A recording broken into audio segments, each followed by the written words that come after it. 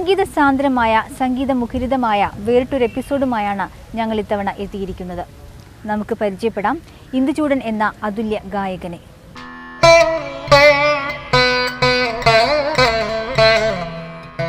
സംഗീതത്തിനു വേണ്ടി ജീവിതം സമർപ്പിച്ചിരിക്കുകയാണ് സി ഇന്ദുചൂടൻ. ഏകദേശം 200ഓളം ലളിതഗാനങ്ങളും ഭക്തിഗാനങ്ങളും ചിട്ടപ്പെടുത്തിയ സി ഇന്ദുചൂടൻ കോട്ടയം ജില്ലയിൽ മുണ്ടക്കയത്ത് കടമാൻകുളം എന്ന സ്ഥലത്ത് താമസിക്കുന്നു. പൂജാരിയും ഭജനപ്പാട്ടിന്റെ ആശാനുമായ അച്ഛന്റെ കൂടെ ഹാർമോണിയം വായിച്ച പരിചയം മനസ്സിൽ സ്വരസ്ഥാനങ്ങൾ കുറിച്ചിട്ടു. കുട്ടിക്കാലം മുതൽ ഇന്ദുചൂടന് സംഗീതം ഒരാവേശമായിരുന്നു. സംഗീത രംഗത്തേക്ക് എൻ്റെ കടന്നുവരവ് ഇപ്പോൾ 18 വർഷത്തോളമാകുന്നു. ആദ്യത്തെ ഗുരുനാഥ ലതാമണി ടീച്ചർ, അതിനുശേഷം MP രാധാമണി ടീച്ചർ, അതിനുശേഷം 4 വർഷം കായംകുളം തുളസീദാസ് സാറിൻ്റെ കീഴിലും കോട്ടയം വാസന്തി ടീച്ചറിൻ്റെ കീഴിലും പഠിച്ചതിന് ശേഷമാണ് അവസാനമായി കോട്ടയം വീരമണി സാറിൻ്റെ കീഴിൽ ഞാൻ സംഗീതം അഭ്യസിക്കുന്നത്. ഒരുപാട് പ്രതീക്ഷകളോട് കൂടിയാണ് ഞാൻ സംഗീത രംഗത്തേക്ക് വന്നതും സംഗീതം പഠിക്കുവാൻ ഞാൻ ചേർന്നതും. കുട്ടിക്കാലം തൊട്ടേ സംഗീതത്തിൻ്റെ ഒരുപാട് കാര്യങ്ങൾ മനസ്സിലാക്കണമെന്നും ഒരു പാട്ട് കേട്ടാൽ അത് ഏത് രാഗമാണെന്നും അത് ഏത് താളമാണെന്നും അതിന് ആ പാടിയിരിക്കുന്ന ആ ഒരു റേഞ്ച് ഏത് റേഞ്ചിലാണ് ഗായകനും ഗായികയും പാടുന്നതെന്നുള്ളത് കുട്ടിക്കാലം തൊട്ടേ എനിക്ക് അത്തരത്തിലുള്ളൊരു കാര്യങ്ങളോട് ഒരു പ്രത്യേക ജിജ്ഞാസ ഉണ്ടായിരുന്നു. അപ്പോൾ ആദ്യം എന്നെ സംഗീതം പഠിപ്പിച്ച ലതാമണി ടീച്ചർ 6 മാസമേ ടീച്ചറിൻ്റെ കീഴിൽ എനിക്ക് സംഗീതം പഠിക്കുവാൻ എനിക്ക് സാധിച്ചുള്ളൂ. അപ്പോഴും ടീച്ചർ ആ ഒരു 6 മാസം കൊണ്ട് തന്നെ ഒരുപക്ഷെ ഇന്ന് സാധാരണ കുട്ടികൾ ആഴ്ച 2 ക്ലാസ് വെച്ച് നോക്കിയാൽ ഒരു 3 വർഷം പഠിക്കേണ്ട അത് എന്നെ വെറും 6 മാസം കൊണ്ട് എന്നെ പഠിപ്പിക്കുന്നു. ടീച്ചർ എനിക്ക് ആദ്യത്തെ സ്വരസ്ഥാനം ക്ലിയറായിട്ട് കിട്ടി എന്ന് മനസ്സിലാക്കി കഴിഞ്ഞപ്പോൾ ടീച്ചറിൻ്റെ സംഗീത ബുക്ക് എൻ്റെ തന്നിട്ട് പറഞ്ഞു, ഇന്ദുചൂടൻ ഇതിൻ്റെ ഋഷഭവും ഗാന്ധാരവും മദ്യവും പഞ്ചവും ദൈവവും ഒക്കെ അറിയുമല്ലോ, അപ്പോൾ അത് വെച്ച് ഇന്ത്യയുടെ സ്വന്തമായിട്ട് കണ്ടുപിടിച്ചോളെന്ന് പറയും. അങ്ങനെ എൻ്റെ സ്വന്തം പരിശ്രമ ഫലമായിട്ടാണ് ഞാൻ അങ്ങനെ ഇത് ഓരോന്ന് ശുദ്ധഋഷഭം എന്ത്, ചതുശ്രുതി ഋഷഭം എങ്ങനെയാണ്, സാധാരണ ഗാന്ധാരം എങ്ങനെയാണ്, അന്തരഗാന്ധാരം എങ്ങനെയാണെന്ന് തന്നെ മനസ്സിലാക്കിയിട്ട് ഞാൻ ടീച്ചറിനെ അത് പാടി കേൾപ്പിക്കുമായിരുന്നു. അപ്പോൾ അതുകൊണ്ട് തന്നെ ടീച്ചറിന് യാതൊരു ബുദ്ധിമുട്ടും ഉണ്ടായിരുന്നില്ല. ടീച്ചറിൻ്റെ പല സുഹൃത്തുക്കളും എന്നെ സംഗീതം ടീച്ചർ പഠിപ്പിക്കുന്ന സമയത്ത് ടീച്ചറിൻ്റെ കൂടെ വരാറുണ്ടായിരുന്നു. അപ്പോഴൊക്കെ ടീച്ചർ വളരെ സന്തോഷത്തോടെ പറയുമായിരുന്നു, ഇന്ദുചൂടനെ സംഗീതം പഠിപ്പിക്കാൻ നമുക്ക് യാതൊരു ബുദ്ധിമുട്ടില്ല. കാരണം ഒന്നും പറഞ്ഞു കൊടുത്താൽ ആ കുട്ടി അസ്സനായിട്ടത് തിരിച്ച് ക്യാച്ച് ചെയ്യുകയും എന്നെ പാടി കേൾപ്പിക്കുകയും മാത്രമല്ല നമ്മുടെ തൊണ്ട വലിച്ചുകാർ പഠിപ്പിക്കേണ്ട തൊണ്ടയിൽ വെള്ളം പറ്റിക്കേണ്ട യാതൊരു കാര്യമില്ല. ഇന്ന് പല കുട്ടികളെ നമ്മൾ ഒരുപാട് വലിച്ചുവാരി പഠിപ്പിക്കണം, അല്ലെങ്കിൽ നമ്മുടെ രക്തം വെള്ളമാകുന്ന രീതിയിൽ പഠിപ്പിച്ച് കൊടുത്താൽ പോലും ഒരു പക്ഷേ കുട്ടികൾ തിരിച്ച് പാടാറില്ല. പക്ഷേ ഇന്ദുചൂടനെ സംബന്ധിച്ച് ആ കുട്ടി വളരെ നല്ല ടാലൻറ്റഡ് ആണെന്ന് ടീച്ചർ പറയുന്നത് ഞാൻ പലപ്പോഴും കേൾക്കാറുണ്ട്. അതൊരു പക്ഷേ ഒരു ആദ്യമായിട്ട് സംഗീതം പഠിക്കാൻ ചെന്ന സമയത്ത് ഒരു ഗുരുനാഥയിൽ നിന്ന് കിട്ടുന്ന വലിയൊരു അംഗീകാരമാണ് കിട്ടിയത്. പിന്നീട് MP രാധാമണി ടീച്ചർ, അതായത് യേശുദാസിൻ്റെ സഹപാഠിയായിരുന്നു. യേശുദാസും ഈ ടീച്ചറൊക്കെ ഏകദേശം ഒരേ കാലയളവിൽ സംഗീതം പഠിച്ചു വന്ന അവരായിരുന്നു. അപ്പം ടീച്ചർ 1 വർഷമേ പഠിപ്പിച്ചുള്ളൂ. അത് കഴിഞ്ഞ് കോട്ടയം വാസന്തി ടീച്ചറിൻ്റെ കീഴിൽ പഠിച്ചു. പിന്നെ അതിനൊക്കെ ഉപരിയായിട്ട് ഞാൻ സ്കൂളിൽ പഠിക്കുന്ന സമയത്താണ് ആദ്യമായിട്ട് സംഗീതം ഒന്നും പഠിക്കാതെ സ്കൂളിൽ സബ് ജില്ലാ ബാലകലോത്സവത്തിന് ശാസ്ത്രീയ കീർത്തനം പാടുന്നു. ഷൺമുഖപ്രിയ രാഗത്തിലെ മാമവ കരുണായ എന്ന് പറഞ്ഞത് ഉണ്ടാക്കിയത് കുഞ്ഞു ഭാഗവതർ എന്ന് പറഞ്ഞ ഭാഗവതരുണ്ടെന്ന് അദ്ദേഹമാണ് ആദ്യം തന്നെ കീർത്തനം സംഗീതത്തിൻ്റെ ABCD മനസ്സിലാക്കാതെ അദ്ദേഹം എന്നെ കീർത്തനം പഠിപ്പിച്ചു. അപ്പോൾ അദ്ദേഹം പറഞ്ഞു, സാധാരണ ഈ വരിശകളും ഗീതവും വർണ്ണമെല്ലാം പഠിച്ചൊരു വ്യക്തി എന്നിട്ട് തൊണ്ട വഴങ്ങിയതിന് ശേഷം മാത്രമേ കീർത്തനം പറഞ്ഞു കൊടുക്കാറുള്ളൂ. പക്ഷേ താങ്കൾക്ക് ഈശ്വരൻ ഒരു കീർത്തനം പറഞ്ഞു തരുമ്പോൾ ഇത് വരിശകൾ പഠിക്കുന്നതിന് മുമ്പേ തന്നെ താങ്കളുടെ തൊണ്ട നന്നായിട്ട് സാധകം ചെയ്ത രീതിയിൽ വഴങ്ങുന്നുണ്ടല്ലോ, അതാണ് ഏറ്റവും വലിയൊരു പുണ്യം. ഒരു കലാകാരന് വേണ്ടതും അതാണെന്ന് അന്നും ആ കുട്ടിക്കാലത്ത് ആ ഗുരുനാഥൻ്റെ കീഴിൽ നിന്നുള്ള ആ ഒരു അഭ്യസനം കൊണ്ട് ഒരുപാട് നല്ല കാര്യം എനിക്ക് കേൾക്കാൻ സാധിച്ചു. പിന്നീട് കോട്ടയം വീരമണി സാറിൻ്റെ കീഴിൽ എനിക്ക് കുറച്ച് നാൾ പഠിക്കാൻ പറ്റിയുള്ളൂ.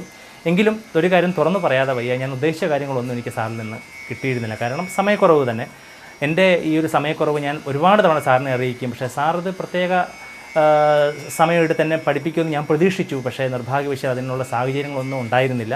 എങ്കിലും പിന്നീട് എനിക്ക് മനസ്സിലായി, ഈ ഗുരുനാഥന്മാരുടെ കീഴിൽ നിന്നുള്ള പഠനം കൊണ്ട് ഒന്നും എനിക്ക് കിട്ടാൻ പോകുന്നില്ല. മാത്രമല്ല ഞാൻ ആഗ്രഹിക്കുന്ന സംഗീതം എനിക്ക് കിട്ടെങ്കിൽ ഒരു 10-40 വർഷമെങ്കിലും ഈ ഗുരുവിൻ്റെ കീഴിൽ പഠിച്ചെങ്കിലേ എനിക്കത് മൊത്തം കിട്ടുകയുള്ളൂ എന്നൊരു സത്യം ഞാൻ മനസ്സിലാക്കി. പക്ഷേ അങ്ങനെ എനിക്ക് സമയം പാഴാക്കുവാനില്ല. മാത്രമല്ല ഒരു മനുഷ്യായുസ് എന്ന് പറയുന്നതിന് ഇത്രയ്ക്ക് വർഷങ്ങളേ ഉള്ളൂ.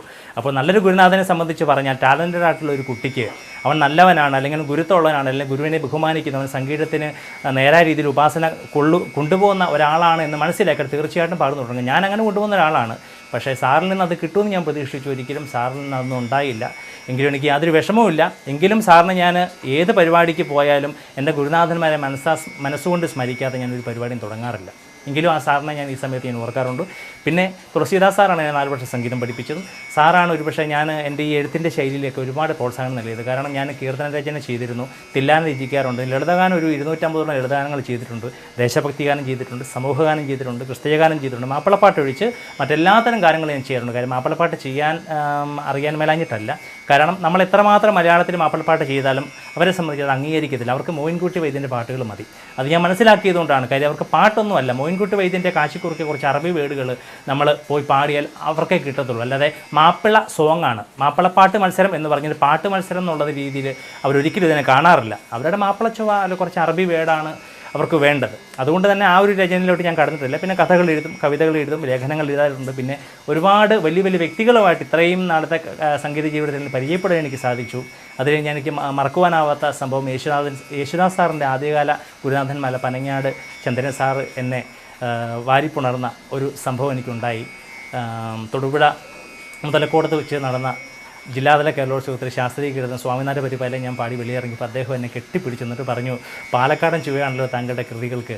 എനിക്ക് വളരെ സന്തോഷം തോന്നി കേട്ടോ. എത്രയോ നല്ല ലാളിത്യമാർന്ന ആലാപനം, രാഗവരൽപ്പം പോലും ചോർന്നു പോകാതെ അതിലേക്ക് 100% മനസ്സ് കേന്ദ്രീകരിച്ച് പാടുന്നു. അപ്പോൾ എത്ര വർഷമായിട്ട് താങ്കൾ ഉപാസിക്കുന്നുണ്ടെന്ന് ചോദിച്ചപ്പോൾ ഞാൻ പറഞ്ഞ സംഗീതം പഠിക്കാൻ തുടങ്ങിയുള്ളൂ സാറെന്ന് സാറിനോട് ഞാൻ സംസാരിക്കുകയും ചെയ്തു. അപ്പോൾ എന്താണെങ്കിലും തനിക്ക് ഗുരുത്വമുണ്ട്, തീർച്ചയായിട്ടും എൻ്റെ എല്ലാവിധ അനുഗ്രഹങ്ങളും തനിക്കുണ്ടെന്ന് പറയുകയും സാറിൻ്റെ ആ ഒരു വാക്ക് ഞാനിപ്പോഴും വളരെ നല്ല രീതിയിൽ ഞാൻ വിലക്കെടുക്കുകയാണ്. അതുപോലെ ജയവിജയൻ സാറിൻ്റെ അംഗീകാരം എനിക്ക് കിട്ടി.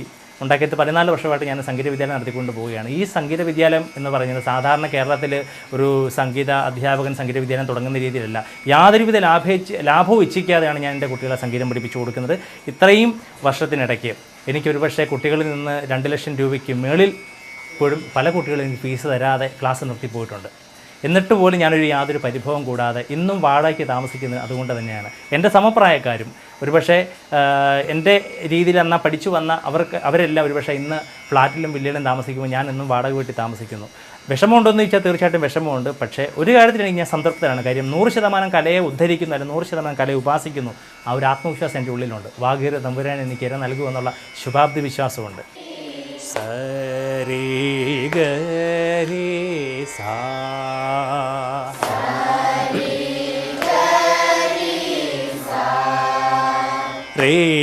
സംഗീത പഠനം തുടരുന്നതിനോടൊപ്പം വിവിധ സ്കൂളുകളിൽ സംഗീത അധ്യാപകനായി ജോലി നോക്കുന്നു.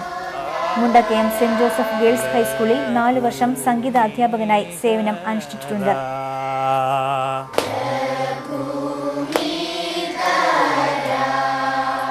ശ്രീ ഗണനാഥ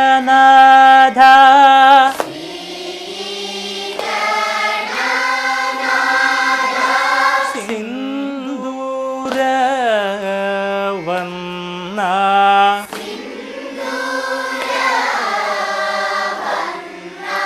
കരുണ സാഗര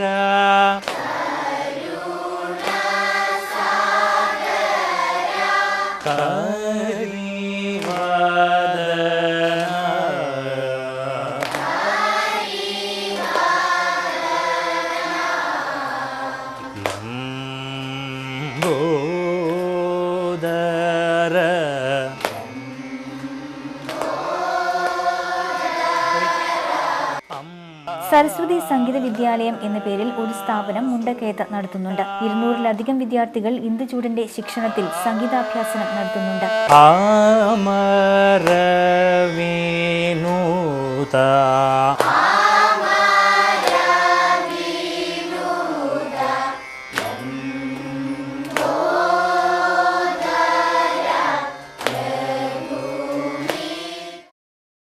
എല്ലാ TV ചാനലുകളിലും സംഗീത പരിപാടികൾ അവതരിപ്പിച്ചിട്ടുണ്ട്. ഗാനരചന, സംഗീത സംവിധാനം, ആലാപനം ഇവയെല്ലാം ക്രോഡീകരിക്കുവാൻ ഇന്ദുചൂടന് കഴിയുന്നു. സംഗീതം എന്ന് പറയുന്നത് കുഞ്ഞുകളിയോടുകൂടി സമീപിക്കേണ്ട ഒന്നല്ല. കാരണം ഇത് സാത്വിക കലയാണ്. സാത്വിക കല എന്ന് പറഞ്ഞാൽ സത്വഗുണപ്രധാനമായ ഒന്നാണ് സംഗീതം എന്ന് പറയുന്നത്. അപ്പോൾ തന്നെ അതിൽ നമ്മളെല്ലാം അടങ്ങുന്നുണ്ട്. കാരണം ആ സംഗീതം ഉപാസിക്കുന്ന ഒരുവൻ ആരായിരിക്കണം? അവൻ്റെ ശരീരം ശുദ്ധമാകണം, മനസ്സ് ശുദ്ധമാകണം. അതുപോലെ അവൻ്റെ ആ ശരീര ശുദ്ധമാകണമെന്ന് ഞാൻ പറയുവാൻ കാരണം നമ്മുടെ കേരളത്തിലുള്ള പല സംഗീത അധ്യാപകരും തിരിച്ചു കടിക്കാത്ത എന്തും തിന്ന് പോയി സ്റ്റേജിൽ പോയി പാടുന്ന കലാകാരന്മാരാണ്. കാരണം പണത്തിന് വേണ്ടി അവർ സംഗീതത്തെ ഉപാസിക്കുന്നു, അല്ലെങ്കിൽ എവിടെയോ മാർക്ക് കിട്ടുവാൻ വേണ്ടി സംഗീതം ഉപാസിക്കുന്നു. സംഗീതത്തെ 100% ഉപാസനയായിട്ട് കാണുന്ന കലാകാരന്മാർ നമുക്ക് വളരെ കുറവാണ്. അത് നമ്മുടെ തമിഴ്നാട്ടിൽ തന്നെ പോകേണ്ടി വരും. കാരണം അവിടെ കൊച്ചു കുട്ടികളടക്കം നമ്മൾ ശ്രദ്ധിച്ചു നോക്കിയാൽ സംഗീതത്തെ എത്രയോ നല്ല രീതിയിൽ ഉപാസിച്ചിട്ട് അസാധ്യമായ തൊണ്ടയാണ് അവർക്കെല്ലാം. നമ്മുടെ ഇവിടെ എന്ന് വെച്ചാൽ കലാകാരന്മാർ കാണുമായിരിക്കും, പക്ഷേ അവരൊക്കെ ഉപാസിക്കുക എന്ന് പറയുന്നത് ഇതൊന്നും യാതൊരു നോട്ടവും ഇല്ലാതെ അവരങ്ങ് പാടുന്നു. അവർ ഓർക്കുന്ന ഒരു പക്ഷേ അവർക്ക് ആ ഈശ്വരൻ കൊടുത്ത ഒരു കഴിവിനെ അത് അവരുടെ മിടുക്കായിട്ട് അവർ കാണുന്നുണ്ടായിരിക്കും. പക്ഷേ എന്നെ സംബന്ധിച്ച് 100% സാത്വികനായിട്ട് ഞാൻ ജീവിക്കുന്ന ഒരാളാണ്. മാത്രമല്ല എൻ്റെ കുട്ടികളോട് ഞാൻ സംഗീതം പഠിപ്പിക്കുന്ന എൻ്റെ കുട്ടികളോട് ഞാൻ പറയാറുണ്ട്, സംഗീതം പഠിക്കുമ്പോൾ നമ്മൾ 100% ശുദ്ധമായിരിക്കണം, മനസ്സും ശരീരവും ശുദ്ധമാകണം. അതായത് ശരീരശുദ്ധി എന്ന് പറയുന്നത് പ്രധാന ഘടകമാണ്. ശരീരശുദ്ധി ഉണ്ടായെങ്കിൽ മാത്രമേ നമ്മുടെ ഉള്ളിലേക്ക് അത് ശരിക്കും നമുക്ക് ഫലിപ്പിക്കാൻ പറ്റുകയുള്ളൂ. എങ്കിൽ മാത്രമേ സംഗീതത്തിൻ്റെ പൂർണ്ണത നമുക്ക് അവകാശപ്പെടുവാൻ സാധിക്കുകയുള്ളൂ. എൻ്റെ ഇത്രയും നാളത്തെ കലാജീവിതത്തിൽ എനിക്ക് മറക്കുവാനാവാത്തൊരു സംഭവങ്ങൾ ഉണ്ടായിട്ടുണ്ട്. അതെന്താണെന്ന് ചോദിച്ചാൽ, ശിവഗിരി മഠത്തിൽ വെച്ച് എനിക്ക് കേന്ദ്രമന്ത്രിമാരും നമ്മുടെ കേരള മുഖ്യമന്ത്രിയും സംഗീത മഹാരഥന്മാരായ ജെ വിജയൻ സാറ്, അർജുനൻ മാഷ്, വിദ്യാധരൻ മാഷ്, രമേശ് നാരായൺ, മഞ്ചരി, പിന്നെ നമ്മുടെ കേരളത്തിലെ അറിയപ്പെട്ട മന്ത്രിമാരെല്ലാം ഉള്ള ആ ഒരു പൊതു ചടങ്ങിൽ, അതായത് 10,000-കണക്കിന് ആളുകളുടെ മുമ്പിൽ വെച്ച് ശിവഗിരി മഠത്തിലെ സ്വാമി ശ്രീമദ് സച്ചിദാനന്ദ സ്വാമികൾ എന്നെ പൊന്നാട എണീച്ച് ആദരിച്ച് ഉപഹാരം നൽകിയത് എൻ്റെ ജീവിതത്തിൽ ഏറ്റവും വലിയ ഗുരുത്വമായിട്ട് ഞാൻ കാണുന്നു. കാര്യം ഗുരുത്വം എന്താണെന്ന് ഞാൻ അറിഞ്ഞത് ആ ഒരു സമയത്താണ്. അതിനെനിക്ക് പ്രചോദനമായത് മുണ്ടക്കയത്തെ AGM നേഴ്സിംഗ് സ്കൂളിലെ ഗിരിജ ടീച്ചറാണ്. കാര്യം ഞാൻ ഈ ദൈവദശകം ഈണം കൊടുത്തിട്ടൊരു 18-19 വർഷമെങ്കിലും ആയി കാണും. ടീച്ചറാണ് പറഞ്ഞത്, മാഷെ നല്ലൊരു അവസരം വന്നിട്ടുണ്ട്, ശിവഗിരി മഠത്തിൽ ഇതുപോലെ ദൈവദശകത്തിന് മത്സരം നടക്കുന്നു, മാഷ് വിചാരിച്ചാൽ നടക്കും, മാഷെ നമുക്ക് പ്രൈസ് അല്ല, മാഷിൻ്റെ ഈണം തീർച്ചയായിട്ടും അവിടെ അവർ അംഗീകരിക്കുമെന്നാണ് എൻ്റെ പ്രതീക്ഷ എന്ന് ടീച്ചർ പറയുകയും അതിന് പ്രകാരം ഞാൻ കാസറ്റ് അയച്ചു കൊടുക്കുകയും ചെയ്തു. 1ാം സ്ഥാനം എനിക്ക് കിട്ടിയില്ല, പക്ഷേ 1ാം സ്ഥാനം കിട്ടിയ ആ കുട്ടിയേക്കാൾ 10 മടങ്ങ് അഭിനന്ദനവും പ്രോത്സാഹനവും എനിക്ക് ഇന്നും കിട്ടിക്കൊണ്ടിരിക്കുന്നത്. അത് ഒരുപക്ഷെ ലോകത്തെ അറിയിക്കുവാൻ പോലും ചാനലിൻ്റെ സപ്പോർട്ട് പോലും എനിക്കുണ്ടായിട്ടുണ്ട്. അത് ഞാൻ ഈ അവസരത്തിൽ വളരെ നന്ദിയോടുകൂടി ടീച്ചറിനെ ഞാൻ സ്മരിക്കുന്നു, ശിവഗിരി മഠത്തെയും ഗുരുനാഥനെയും ഞാൻ സ്മരിക്കുകയാണ്. ഇന്ദുചൂടൻ ചിട്ടപ്പെടുത്തിയ ദേശഭക്തി ഗാനം, സമൂഹഗാനം, ലളിതഗാനം തുടങ്ങിയ ഇനങ്ങൾ പാടി വിദ്യാർത്ഥികൾ സമ്മാനിതരായി. 2001 ചാലക്കുടിയിൽ നടന്ന ITI സംസ്ഥാന യുവജനോത്സവത്തിൽ ഇന്ദുചൂടൻ രചിച്ച് ഈണമിട്ട ഗാനത്തിനായിരുന്നു 2ാം സമ്മാനം ലഭിച്ചത്. 2006 ഇടുക്കി ജില്ലാതല കേരളോത്സവത്തിൽ കലാപ്രതിഭ പട്ടം ഇന്ദുചൂടനാണ് ലഭിച്ചത്. ബൈബിൾ കലോത്സവത്തിൽ ശിഷ്യയായ അമലയ്ക്ക് 1ാം സ്ഥാനം നേടിക്കൊടുത്തത് ഇന്ദുചൂടൻ രചിച്ച ഗാനമായിരുന്നു. ദീപരഞ്ജിനി രാഗം മൂളിയാൽ ദീപങ്ങൾ താനേ തെളിയുമെന്നും മേഘമൽഹാർ മഴ പെയ്യിക്കുമെന്നും ഹിന്ദുസ്ഥാനി സംഗീത വിദഗ്ധർ പറയുന്നു. കാരണം അനുപമമായ അതുല്യമായ ഒരു രാഗസിദ്ധിയുടെ സാധനയാണിത്. ഞാൻ ബിലഹരി രാഗത്തിൽ ചിട്ടപ്പെടുത്തിയ ഒരു കൃതിയാണ് ത്രിപുരസുന്ദരി എന്നുള്ളത്. അത് പ്രേക്ഷകർക്ക് വേണ്ടി ഒന്നാലോചിക്കാം.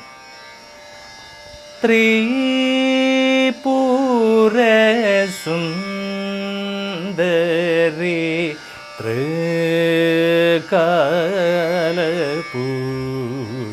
ത്രികാലപൂജിതേ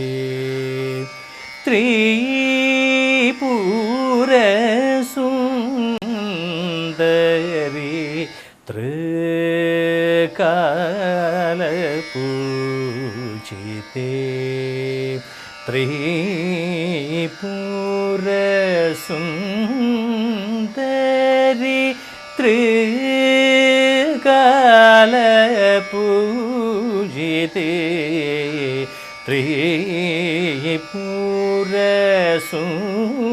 ത്രിപുരസുന്ദരി ത്രികാലപൂജിതേ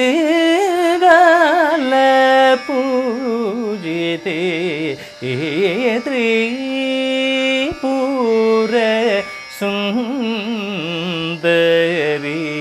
ത്രികാലപൂജിതേ.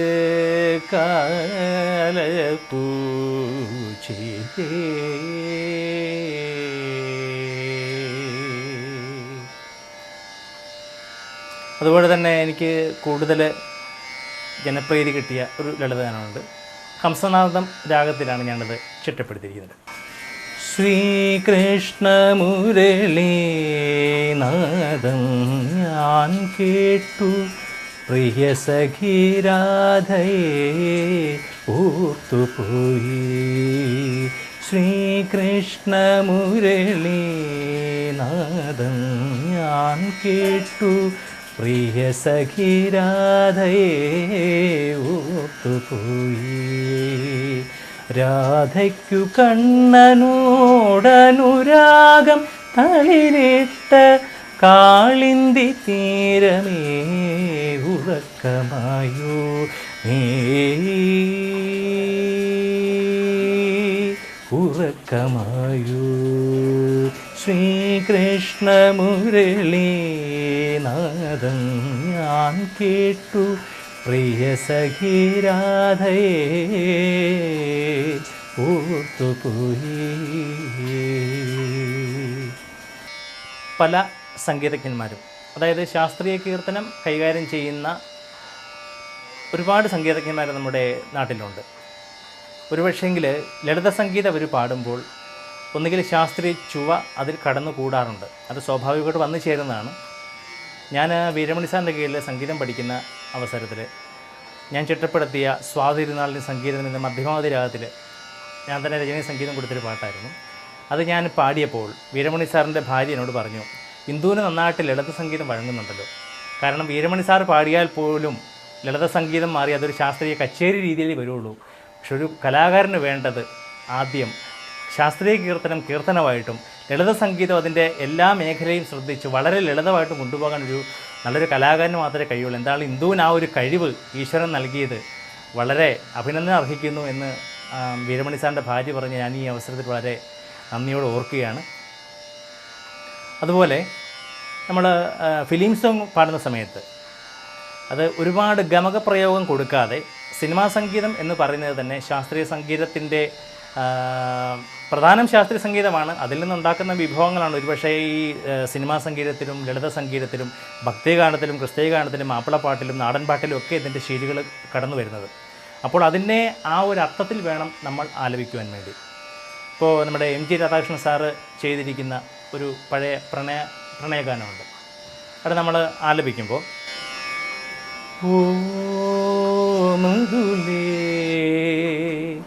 ഹൃദയമുരളിയിലൊഴുകിവാ യാമിനി തൻ മടിയിൽ മയങ്ങുമി ചന്ദ്രികയിലലിയാൻ മനസ്സുമായി ചേർന്നിടാം. ഒരുപാട് കട്ടി കൊടുക്കാതെ നമ്മൾ പാടിയാൽ തീർച്ചയായിട്ടും ആ സിനിമാ സംഗീതം ശോഭിക്കും. അതുപോലെ മാപ്പിളപ്പാട്ട് നമ്മൾ പാടുമ്പോൾ അതിന് ഒരു മാപ്പിള ചുവ ഉണ്ടാകണം. കാരണം എന്ന് വെച്ചാൽ അവിടെ നമ്മൾ അള്ളാ എന്ന് ഉച്ചരിക്കുന്നത് തീർച്ചയായിട്ടും അള്ളാ എന്ന് തന്നെ നാക്ക് നമ്മുടെ മുകളിൽ പോയി മുട്ടുന്ന ആ ഒരു രീതിയിൽ പാടിയെങ്കിൽ മാത്രമേ ശരിയാവുള്ളൂ. കാരണം ഒരുപാട് ഗായകർ നന്നായിട്ട് മാപ്പിളപ്പാട്ട് പാടുന്നുണ്ട്. പക്ഷേ പലർക്കും ആ അള്ളാ എന്നുള്ളൊരു ഉച്ചാരണം ശരിയാകുന്നില്ലെന്ന് കാരണം മുസ്ലിം സമുദായത്തിൽ ഒരുപാട് ആളുകൾ അഭിപ്രായപ്പെടാറുണ്ടായിരുന്നു. എനിക്ക് സംസ്ഥാന തലത്ത് മാപ്പിളപ്പാട്ടിന് സെലക്ഷൻ കിട്ടി. ഞാൻ അവിടെ പോയി പാടിയ സമയത്ത് ഞാൻ മാത്രമേ ഹിന്ദുവായിട്ടുള്ളായിരുന്നു. ബാക്കി മത്സരാർത്ഥികളെല്ലാം തന്നെ ക്രിസ്ത്യാനികളും മുസ്ലിം കുട്ടികളൊക്കെ ആയിരുന്നു. പക്ഷെ അവർക്ക് അത്ഭുതം തോന്നിയത് അവരത്രയും പേര് പാടിയതിനകത്തും അള്ളാഹ് ശരിക്കും ഉച്ചരിക്കുവാൻ പറ്റിയില്ല. അപ്പോൾ അന്ന് ഞാൻ ആ പാടിയത് ഞാൻ ഇപ്പോഴൊന്ന് ഓർത്ത് പോവുകയാണ്. റഹ്മത്തുലാലമീ മുഹമ്മദ് റസൂലുള്ളാഹ് പരിശുദ്ധ മക്കയിലെ മുത്തുനായക റഹ്മത്തുലാലമീ മുഹമ്മദ് റസൂലുള്ളാഹ് പരിശുദ്ധ മക്കയിലെ മുത്തുനായക അല്ലാഹ്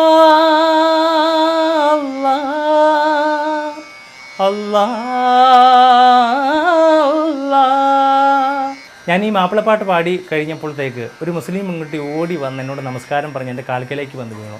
അപ്പോൾ ആ കുട്ടി പറയുമായിരുന്നു, സാറേ ഞങ്ങൾക്ക് പോലും അതിൻ്റെ അള്ളാഹ് എന്നുള്ള ഉച്ചാരണം പലപ്പോഴും ഞങ്ങൾ പാടുന്നുണ്ട്, പക്ഷേ മൈക്കിലൂടെ വെളിയിൽ കേൾക്കുമ്പോൾ അത് വ്യക്തതയാകുന്നില്ല. പക്ഷേ സാറ് എത്രയോ വ്യക്തമായിട്ടാണ് ഈ അള്ളാഹ് എന്നുള്ള ഉച്ചരിച്ചത്.